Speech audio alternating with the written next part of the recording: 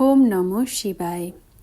আজকের মহাবাক্যের তারিখ 15 জানুয়ারি 1967, দ্বিতীয় পর্ব।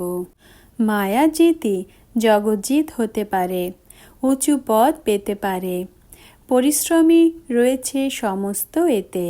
শ্রীমত বলে যে শুধুমাত্র আমাকে স্মরণ করো তো তোমাদের যে পতিত বুদ্ধি তা পাবন শ্রেষ্ঠ হয়ে যাবে। অনেক কমই চলে, এতে সাবজেক্ট হলোই একটা, আলফ আর বে। দুটো অক্ষরও স্মরণ করতে পারো না?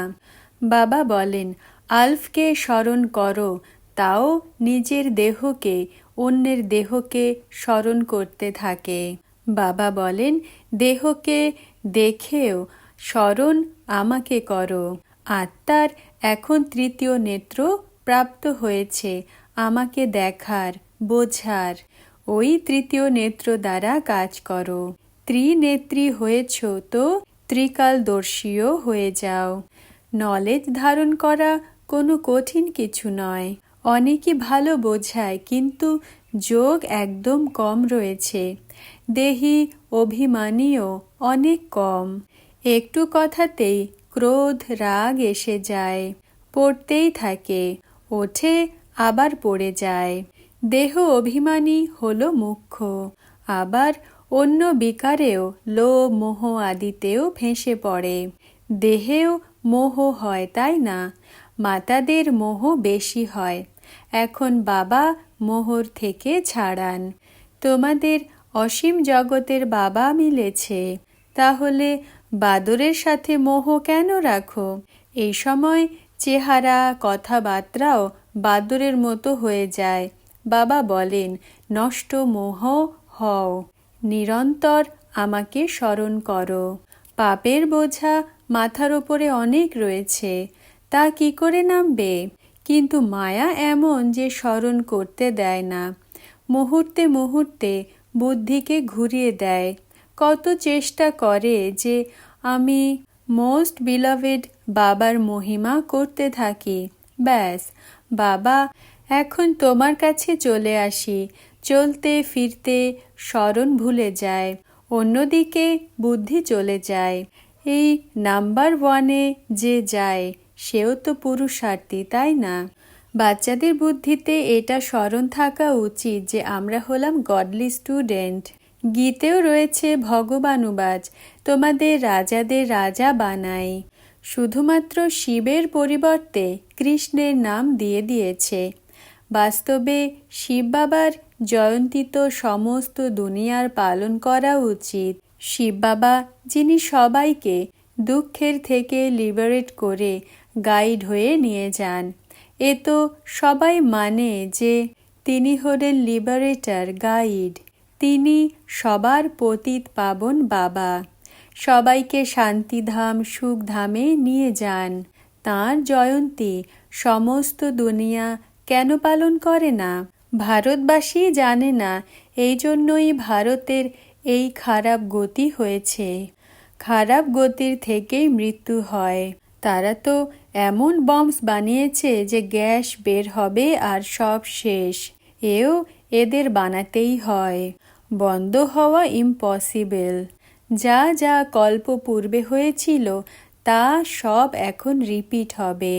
এই মুষল আর ন্যাচারাল ক্যালামিটিস দ্বারা পুরনো দুনিয়ার বিনাশ হয়েছিল, যা এখন আবার হবে। বিনাশের সময় যখন হবে, ড্রামা বিনাশ নিশ্চয়ই করাবে। ন্যাচারাল ক্যালামিটিস আদি সব হবে। রক্তের নদী এখানে বয়ে যাবে।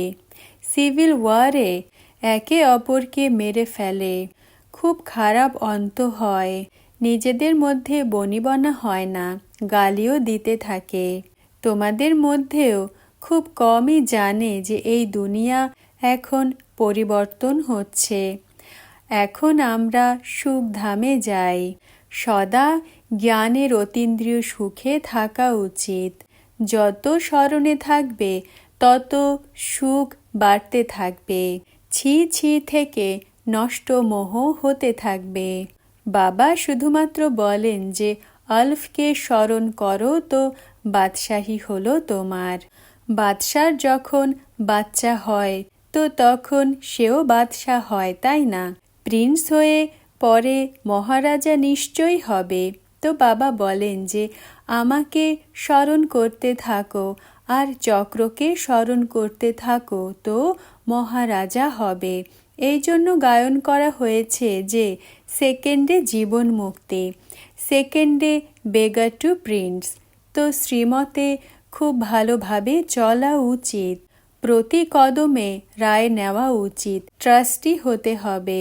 এ নিজেই ট্রাস্টি হয়, বাচ্চাদেরও ট্রাস্টি বানায়। এ কিছু নেয় কি, বলে যে তোমরা ট্রাস্টি হয়ে সামলাও। এই বড় বাবার কথা তো মানতে হয়, তাই না? ট্রাস্টি হলে তো মমত্ব ছিঁড়ে যায়, বলে যে সব কিছু ঈশ্বর প্রদত্ত। আবার কিছু লোকসান হয় অথবা কেউ যদি মারা যায় তো কেঁদে পড়ে। যখন প্রাপ্ত হয় তখন খুশি হয়। যখন ঈশ্বরই দিয়েছেন তাহলে দুঃখ কেন হয়? মায়াও কম নয়। এই সময় বাবা বলেন যে তোমরা আমাকে আহ্বান করেছ যে এই পতি দুনিয়াতে আমরা থাকতে চাই না, আমাদের পাবন দুনিয়াতে নিয়ে চলো। চাও তো মেরে ফেলো, কিন্তু এই শরীর থেকে নিয়ে চলো। এর অর্থ তো বোঝে না। পতিত পাবন আসবেন তো নিশ্চয়ই শরীরও শেষ হবে, তাই না? তখন তো আত্মাদের নিয়ে যাবেন। বাবা আসেনি নতুন দুনিয়ার স্থাপনা, পুরনো দুনিয়ার বিনাশ করাতে। তো এমন বাবার সাথে প্রীত বুদ্ধি হওয়া উচিত, একের সাথেই ভালোবাসা থাকা উচিত, তাকেই স্মরণ করা উচিত। মায়ার তুফান তো আসবে, কর্মেন্দ্রিয়ের দ্বারা কোনোই বিকর্ম করো না। বাবা বলেন আমি এসে এই শরীরের লোন নেই। এ হলো ব্রহ্মা বাবার শরীর, তাই না? তোমাদের স্মরণ শিব বাবাকে করতে হবে। এজন্য বাচ্চারা আমার হলে তখন প্রশ্ন করি যে কাকে স্মরণ করো? যদি শিব বাবাকে স্মরণ না করো তাহলে পাপ হয়ে যাবে। সব সময় মনে করো আমরা শিব বাবার সাথে মিলিত হই এই ব্রহ্মার দ্বারা, আর কারো দ্বারা কখনো মিলিত হতে পারি না। ব্রহ্মা বাবা, শিব বাবা, বিষ্ণু আর শঙ্করকে বাবা বলা হয় না। শিব হলো নিরাকারী পিতা, প্রজাপিতা ব্রহ্মা হলো সাকারী পিতা। এখন তোমরা সাকার দ্বারা নিরাকার বাবার থেকে বর্ষা নিয়ে নিচ্ছ।